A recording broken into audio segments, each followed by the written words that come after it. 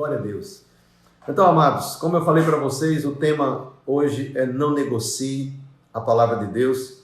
E a gente vai começar aqui, eu quero que você abra no livro de Hebreus. Vai lá no livro de Hebreus, capítulo 12.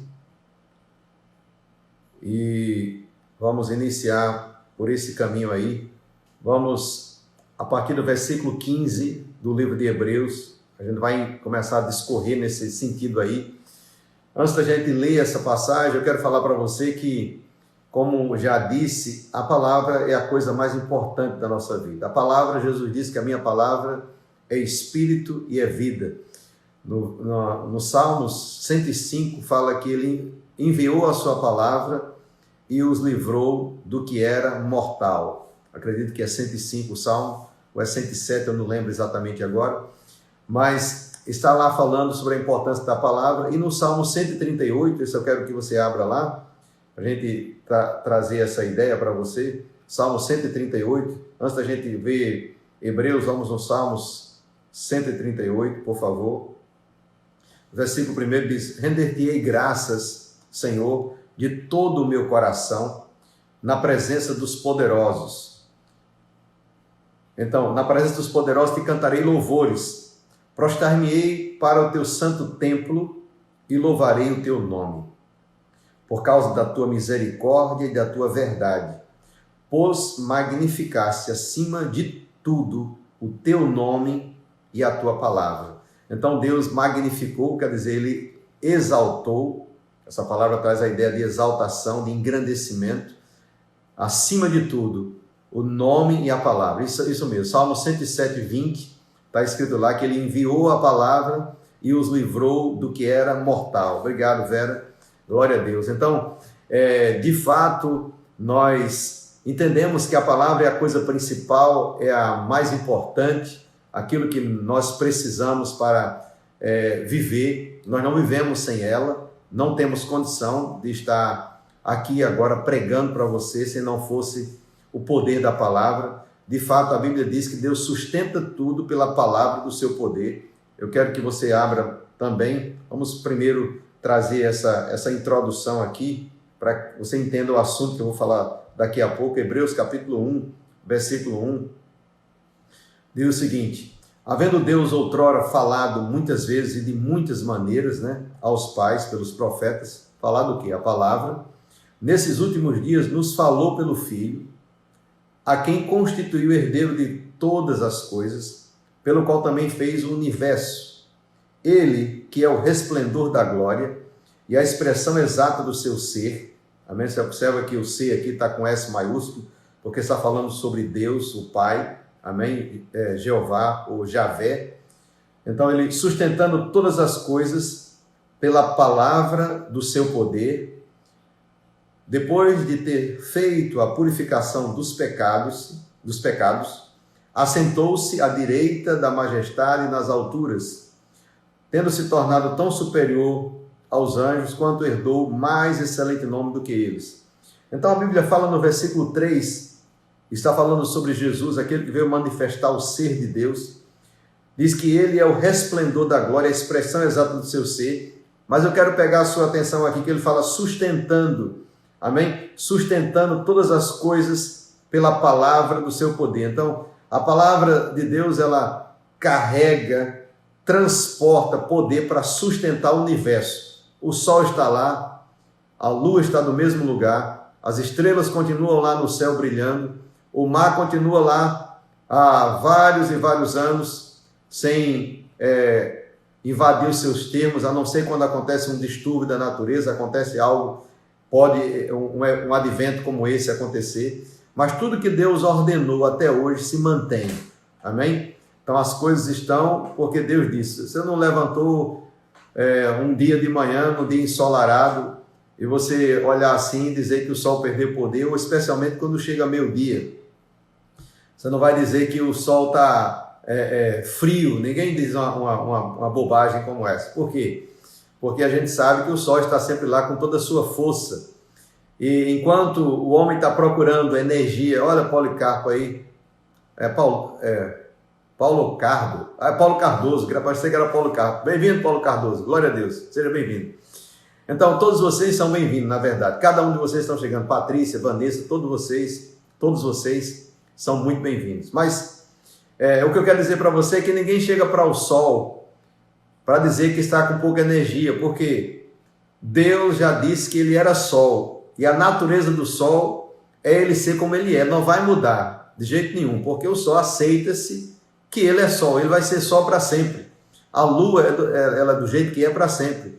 O que está precisando se aceitar é muitos de nós, porque nós não estamos nos aceitando como nós somos. Deus nos fez em uma categoria, em uma qualidade específica, e a gente tem que entender que devemos viver assim. Enquanto não estivermos vivendo dessa forma, você pode caminhar para fora da vontade de Deus. E isso pode trazer danos e prejuízos inigualáveis.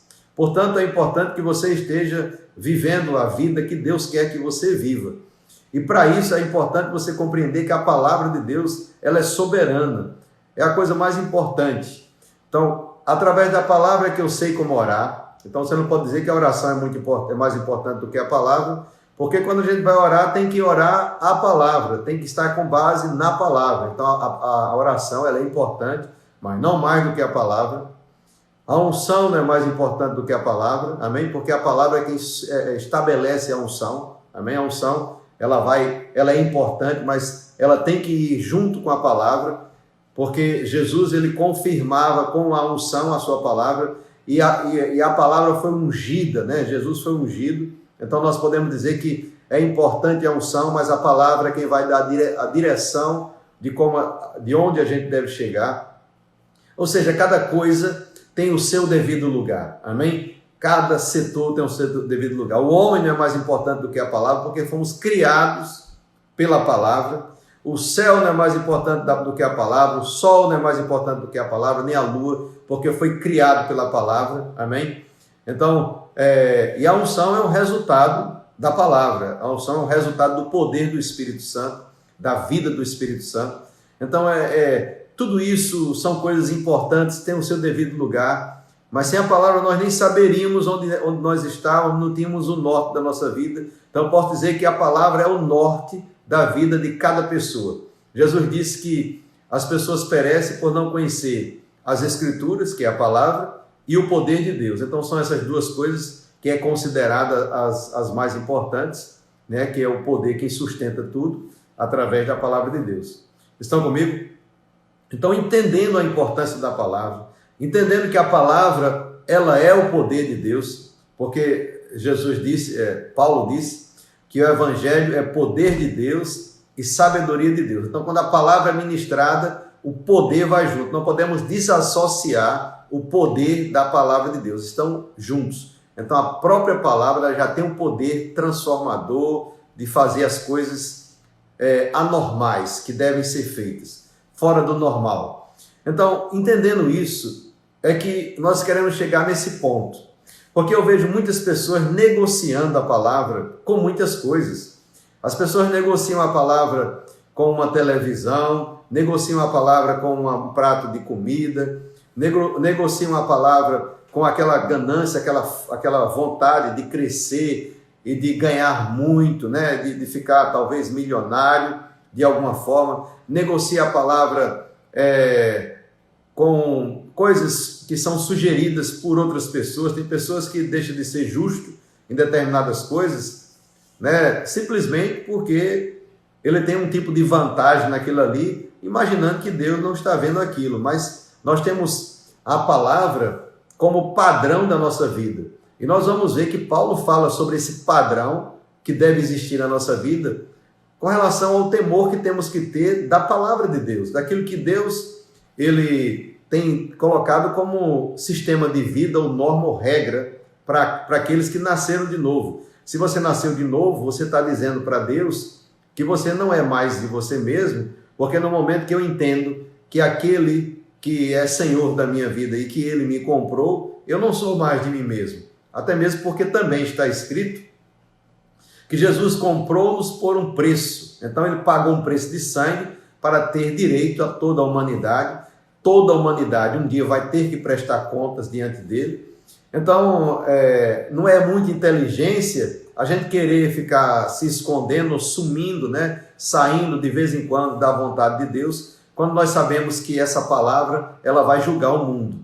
Então, você entendendo isso, essa palavra hoje é um caminho que Deus está trazendo com uma certa correção para a nossa vida, para que você possa trazer isso e divulgar para outras pessoas que estão ouvindo essa live, porque a vontade de Deus é que toda a humanidade esteja alinhada com essa palavra e principalmente os nossos irmãos. Porque eu sei que muitas pessoas, elas não estão acostumadas a estar ouvindo a palavra o tempo todo. Tem pessoas, por exemplo, que vêm à igreja 4 dias por semana. E eu estava fazendo a conta, tem pessoas que ouviam 1 ano de palavra em 40 dias. Dá mais de 1 ano de palavra, se você fizer as contas. Porque se você vem 4 vezes por mês, multiplicado por 10 dá 40. Com mais 2 meses dá 48. Então, se com 40 dias nós faz bem mais de 40 dias que nós estamos ensinando, pegando 2 vezes por dia. Então, tem pessoas que ouviram 1 ano de palavra, se você acompanhou todas as lives, em 40 dias.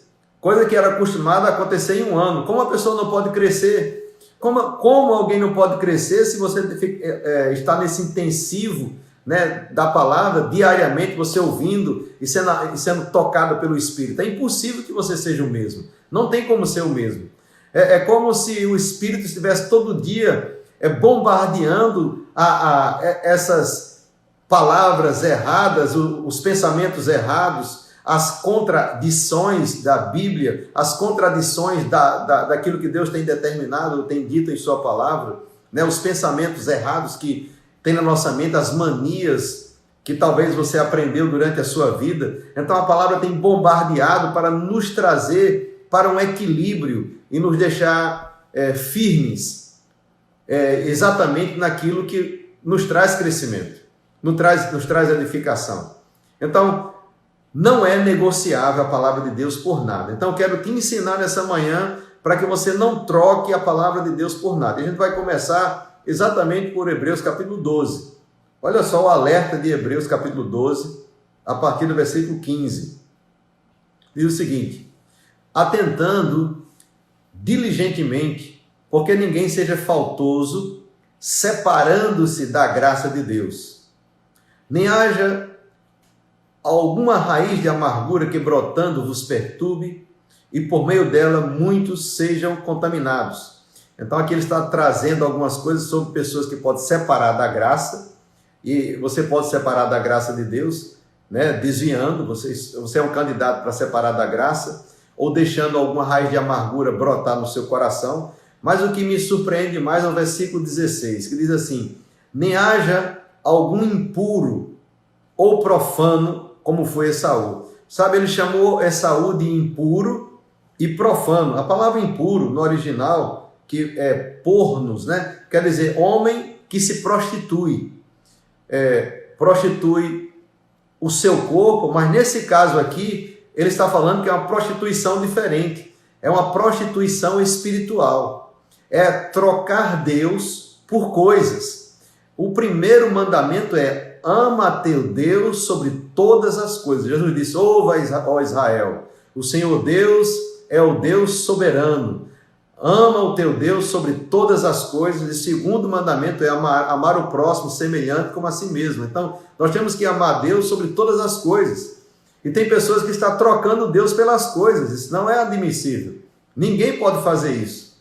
É claro que você pode até escolher por isso, porque as pessoas, elas têm o livre-arbítrio, né? Mas não quer dizer que você pode. Você pode escolher, mas dentro do cronograma celestial, ou seja, das normas que vêm do céu, do alto, nós não podemos estar trocando. Estão comigo? E ele fala que Saul, ele era impuro ou profano, né? Que é outra palavra também, que é bebelos, que quer dizer pessoa que não santificada, que ele não é uma pessoa que considera a santificação que vem pela palavra. E a Bíblia diz, Jesus diz: santifica-os na palavra, santifica-os na tua palavra, né? Santifica-os na verdade, exatamente isso, santifica-os na verdade. a tua palavra é a verdade. João 17:17. Amém? Então está escrito isso. Santifica-os na verdade, a tua palavra é a verdade. Então Jesus estava falando sobre isso, e Saul, ele foi impuro, ele foi considerado por Deus impuro e também profano. Porque o que é que Esaú fez? Versículo 16. Nem haja algum de vós, está falando com a igreja, impuro ou profano, como foi Esaú, o qual por um repasto, nessa palavra repasto aqui, quer dizer, aquilo que é comida, alimento, né? Ou alguma coisa que dá comida da alma, tanto o que refresca a alma, como o que nutre e sustenta o corpo. Então pode ser um pensamento que pode vir apenas para a sua alma, alguém trazendo uma ideia para você fazer alguma coisa que não é lícito, ou não é, ou que Deus não concorda. É isso que ele está dizendo.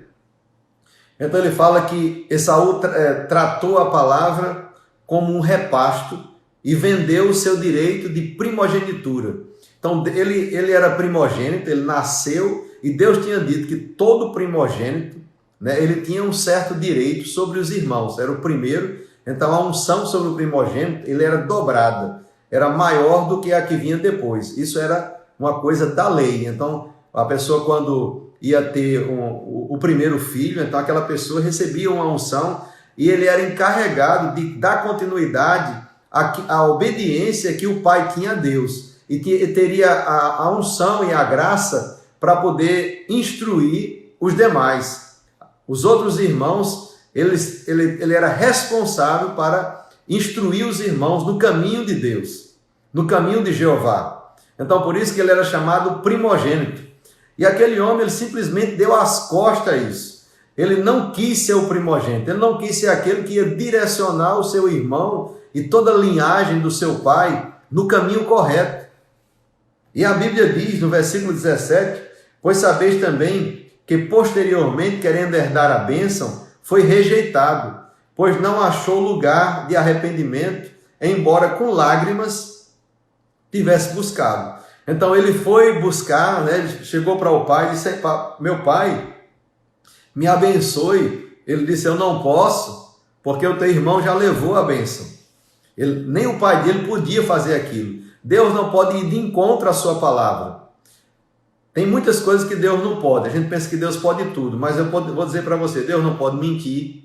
É impossível que Deus minta. Então, ele mesmo se proibiu de mentir. Então, Deus se limita nessa área, ele não mente, amém? Deus não pode ir de encontro à sua palavra, o que ele disse vai acontecer, amém? Então, Deus não pode também ir de encontro ao seu livre-arbítrio. Se você tomar uma decisão, ele vai respeitar a decisão que você tomar.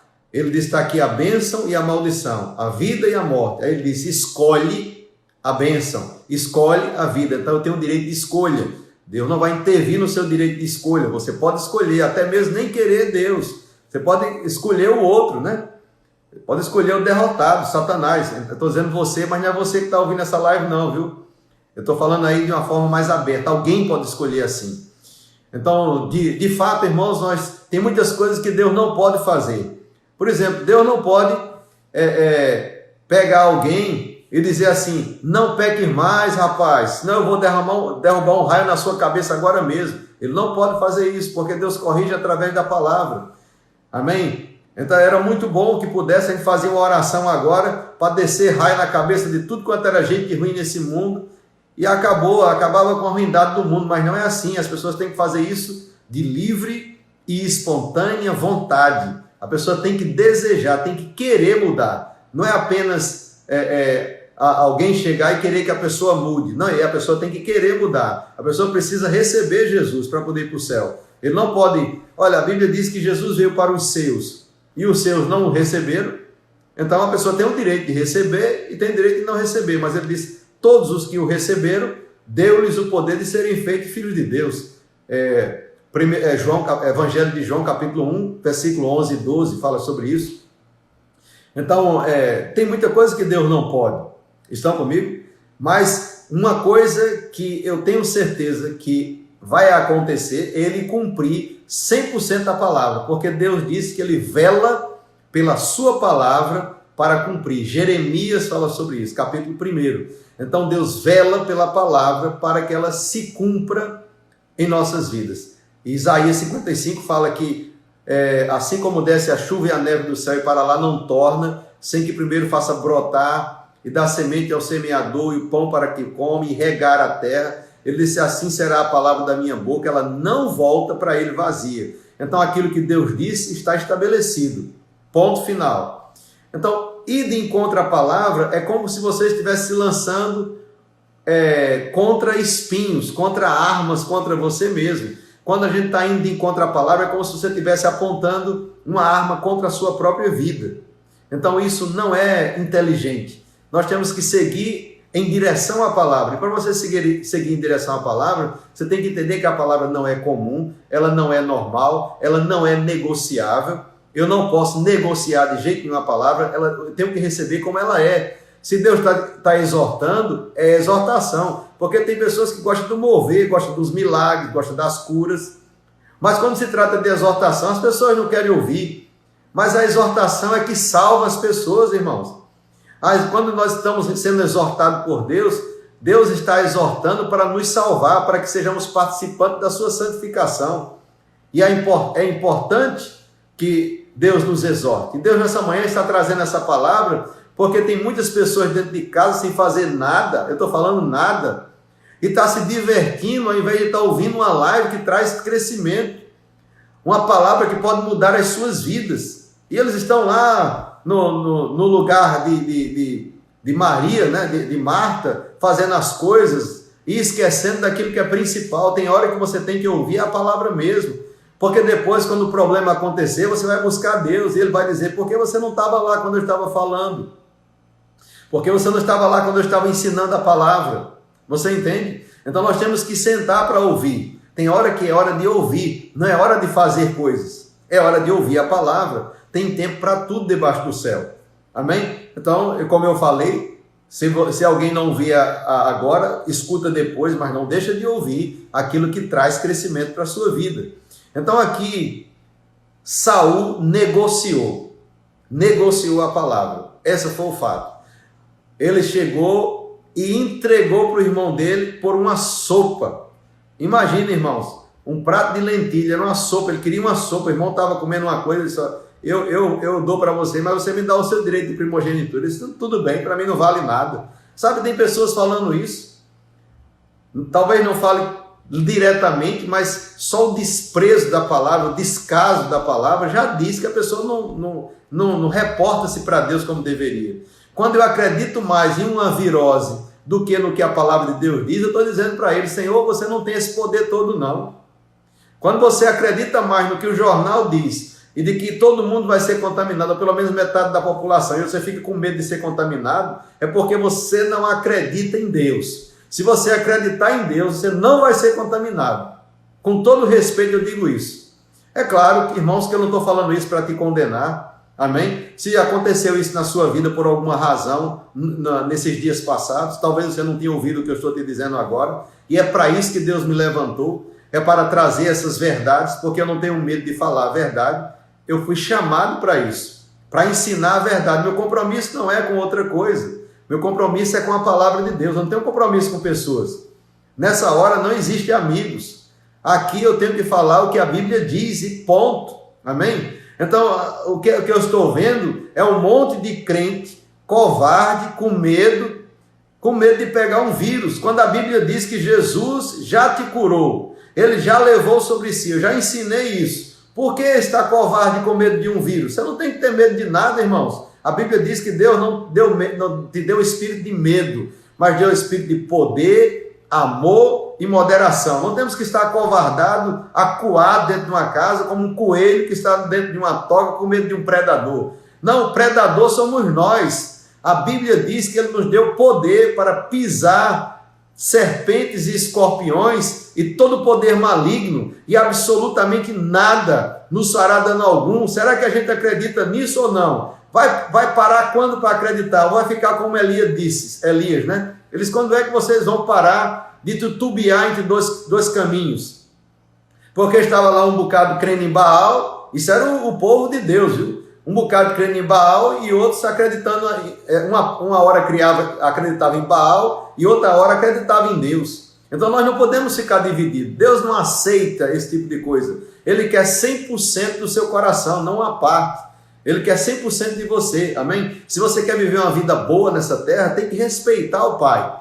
Tem que reconhecer que Ele é seu Pai, é o nosso Pai, é o nosso Deus. Ele nos ama com amor eterno, amém? Mas Ele corrige também com amor eterno. É em amor que Deus nos corrige. Ele nos corrige para nos livrar de um problema que pode acontecer no futuro. Sabe essa live que está acontecendo com quem está ouvindo, comigo e com você? Nós estamos sendo salvaguardados por Deus de uma coisa que certamente pode acontecer lá no futuro e você vai se lembrar do que eu te disse e você não vai negociar a palavra com nada, nem com dinheiro, nem com emprego, nem com corrupção, nem com nenhuma coisa que venham te oferecer que seja de encontro àquilo que Deus te disse.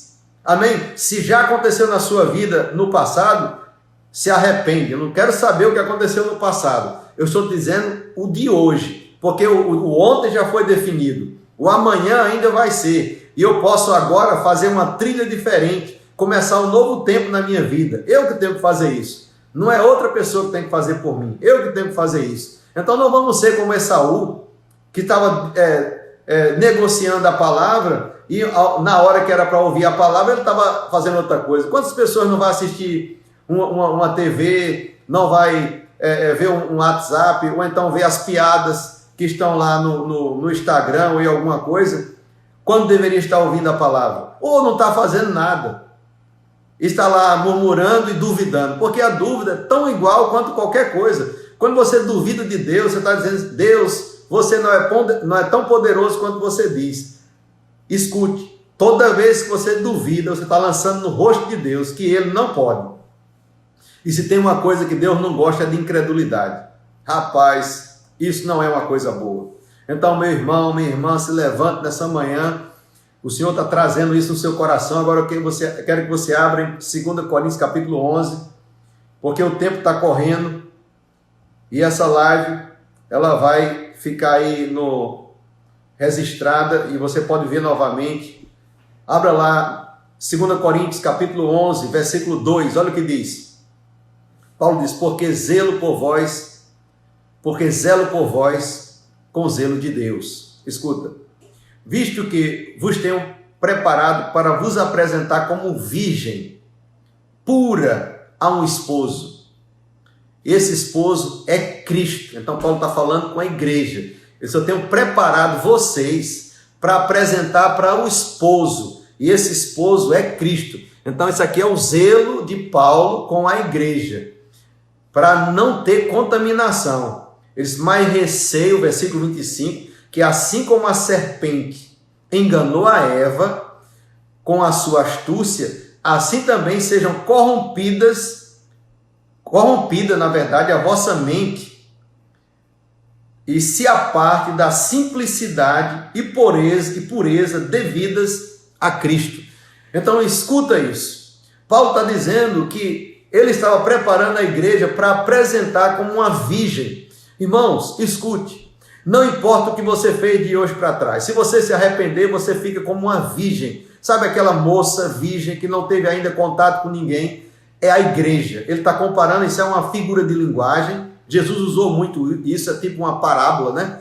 Que é usada, trazendo uma figura natural para definir um fato espiritual. Então ele pega uma figura, algo natural para exemplificar um fato espiritual. Isso é a definição de parábola. Então Paulo está fazendo aqui tipo uma parábola. Ele está dizendo aqui: olha, eu quero apresentar a igreja como uma virgem pura para um só esposo, que é Cristo. Então isso é a igreja. Nós temos que entender que somos igreja, não somos como o mundo. Não temos que viver como o mundo. Não temos que estar com medo como o mundo. Não temos que estar andando no sistema desse mundo. Temos que andar segundo aquilo que Deus tem falado. Isso é a proposta de Deus para a nossa vida.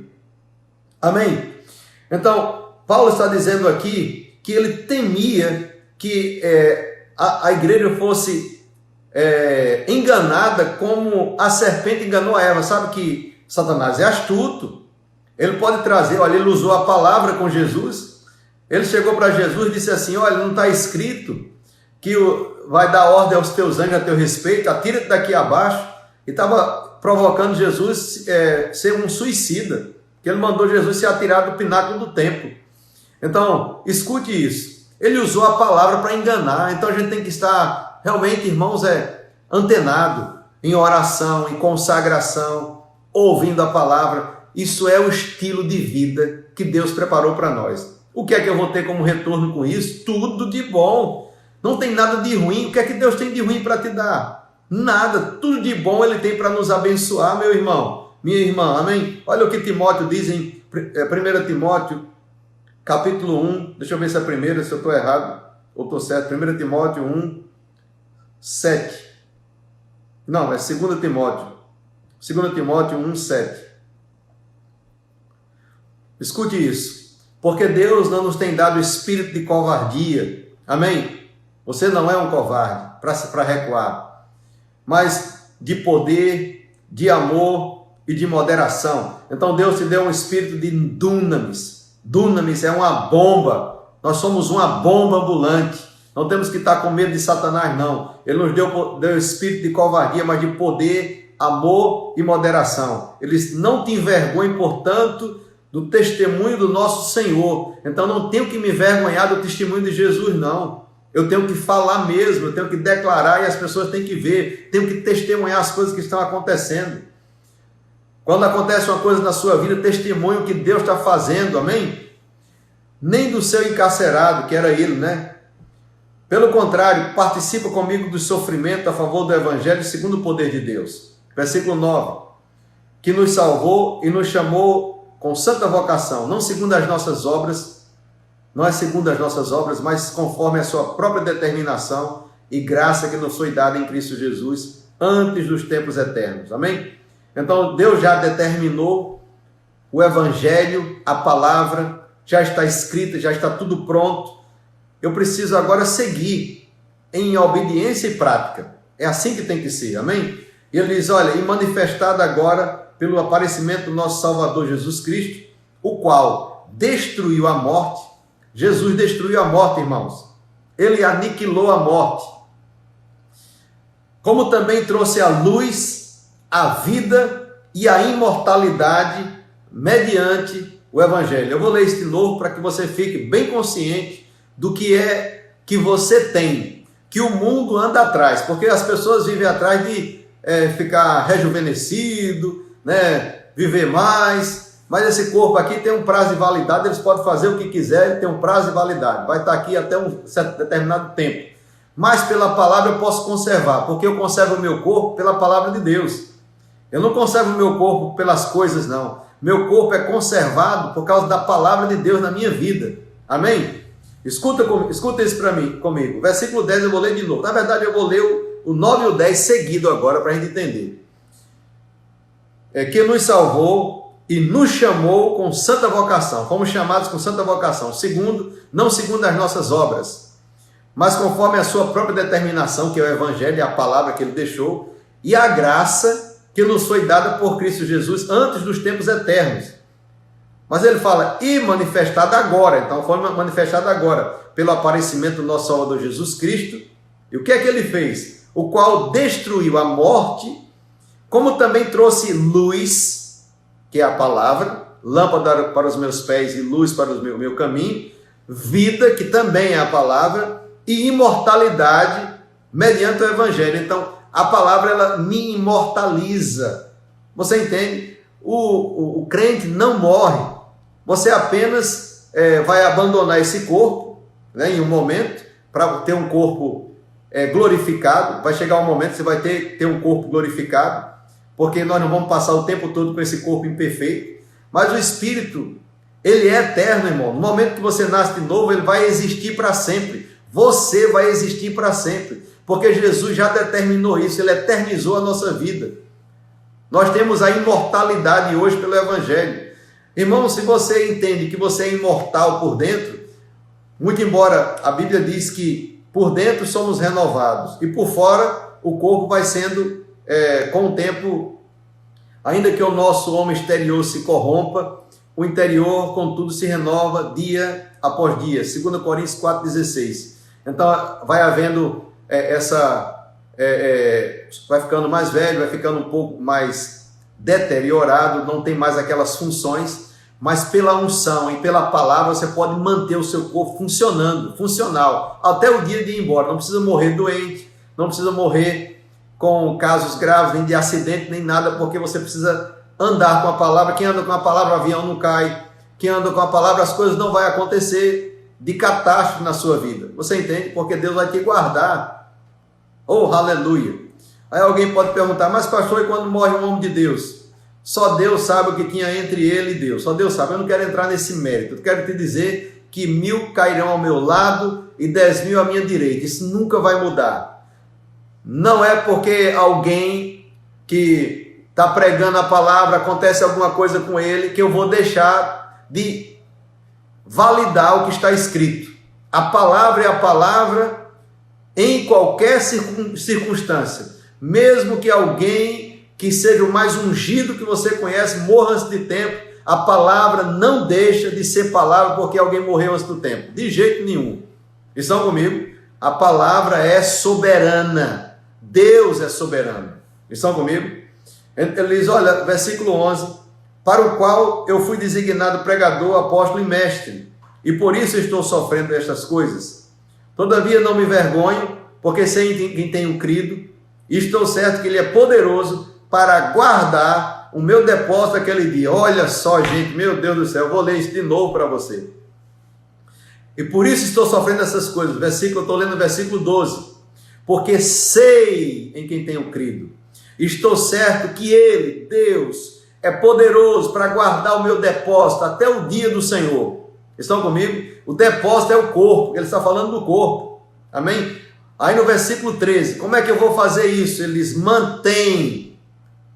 Eu vou falar essa palavra aqui, o significado é ter segurança, utilizar da maneira correta, segurar com firmeza,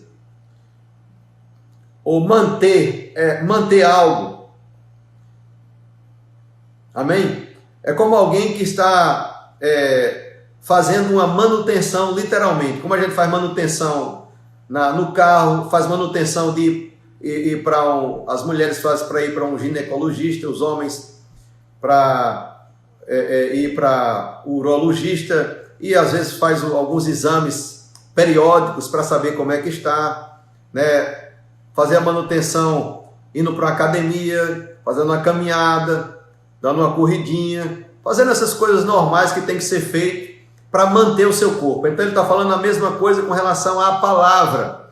Eles mantêm o padrão. Ele não falou um padrão. Se ele dissesse um, é porque existia vários padrões. Estão comigo? Mas ele falou o. Quando ele fala o, ele está falando sobre um só padrão, que é um padrão específico. Eles mantêm o padrão das sãs palavras que de mim ouvistes. Então, qual é o padrão? Das sãs palavras. Onde é que estão as sãs palavras? Na Bíblia. Amém? A Bíblia é a sã palavra de Jesus Cristo. É manter o padrão da sã palavra, porque esse é o padrão. Amém? Que de mim ouvistes com fé e com amor que está em Cristo Jesus. Então ele cita fé e amor. Aí no versículo 14 ele diz assim, olha, guarda o bom depósito mediante o Espírito Santo que habita em nós. Então esse bom depósito é o mesmo depósito que ele está falando, que é o nosso corpo, que Deus vai guardar até aquele último dia. Como é que Deus pode guardar o depósito de alguém que está negociando a palavra com outras coisas? Que ao invés de estar escutando algo que traz edificação, anda fofocando, anda fazendo coisas erradas, que só Deus sabe o que é que uma pessoa faz quando está no anonimato. Só Ele sabe. Quando a pessoa está sozinho, é que Deus sabe. Ele sabe o que a pessoa está fazendo quando está sozinho. Se está pecando, se está falando das pessoas. Sabe, irmão, eu vou te contar um testemunho. Eu tenho pouco tempo. Mas o irmão Rei conta o testemunho dele mesmo. Ele foi acometido por 8 enfermidades mortais. Ele estava desenganado pelos médicos. Sabe, ele ouvia as pessoas lá na sala da casa dele, lá no quarto, dizendo que ele ia morrer. Inclusive os pastores que ia visitar. Estava consolando a mãe dele porque já premeditava a morte do irmão Reagan. E ele sozinho pegou Marcos 11, 23 e 24 e aceitou a palavra escrita e se levantou do leito com 8 enfermidades mortais no corpo. Ele se levantou curado completamente. Não era uma enfermidade, não, eram 8.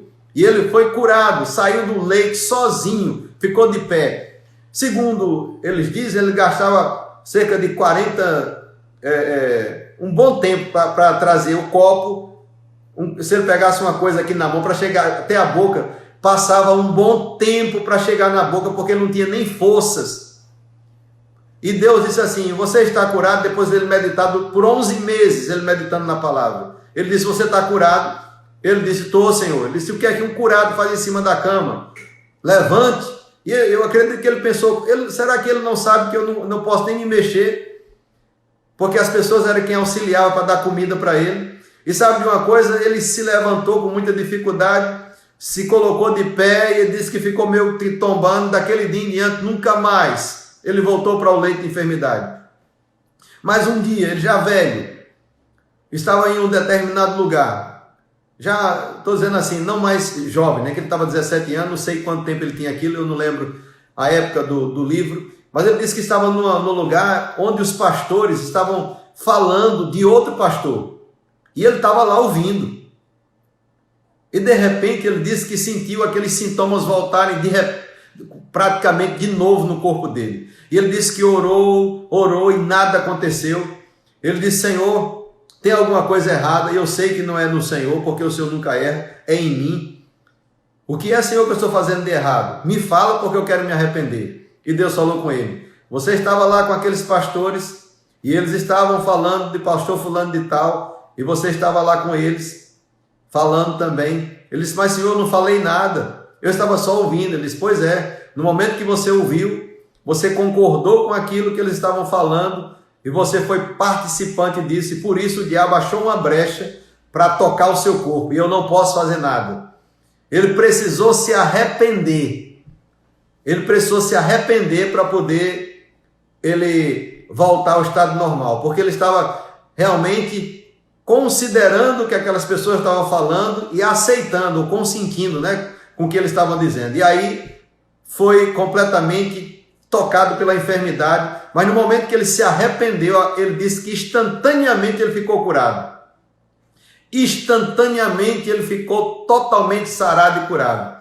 Então veja como está a sua vida nessa manhã.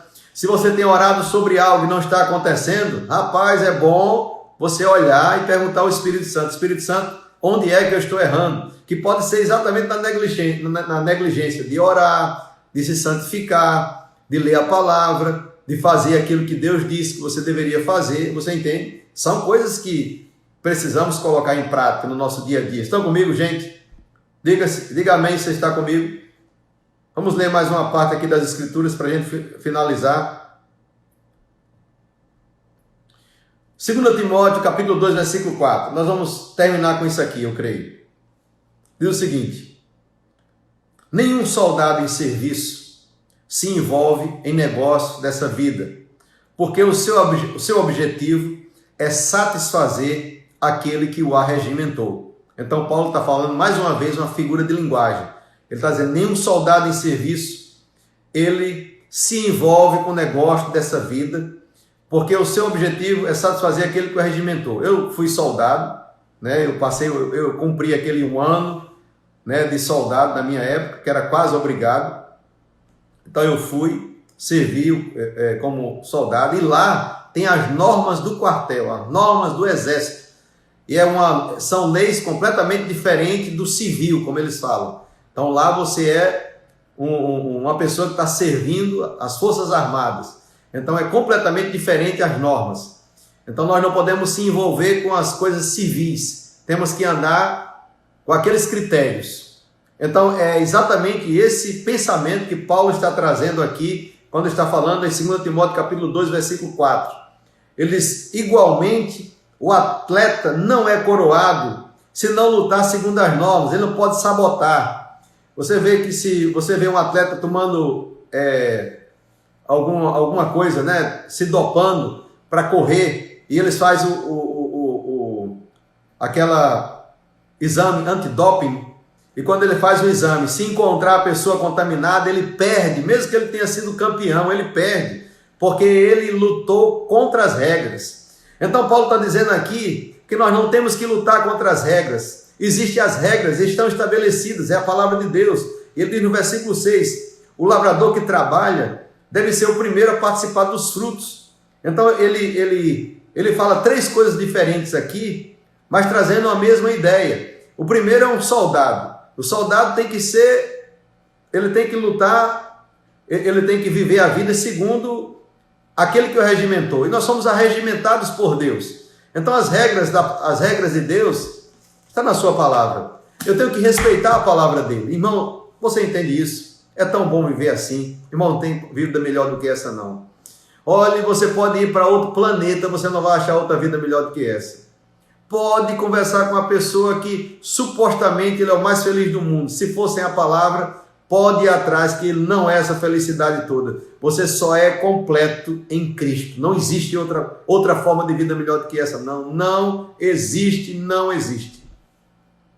E finalmente ele fala, o atleta não é coroado se não lutar segundo as normas. Então, irmãos, temos as normas, temos a palavra, vamos andar segundo a palavra e você vai ficar bem, amém?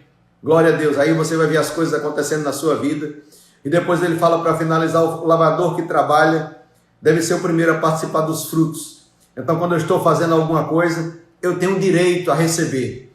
É isso que Paulo finaliza. Se você seguir o que está escrito, fazer o que Deus está te dizendo, você vai ser o primeiro a desfrutar das bênçãos de Deus na sua vida. Quer ver as bênçãos acontecendo na sua vida? Segue as normas da palavra de Deus. Porque você vai ser o primeiro a comer dos seus frutos. Você não vai semear e outra pessoa vai comer na sua vinha, não. Você vai ser o primeiro a saborear das bênçãos e resultados de uma vida com Deus. Uma vida com Deus traz resultados significativos, incomuns e sobrenaturais. Amém? Te amo em Cristo.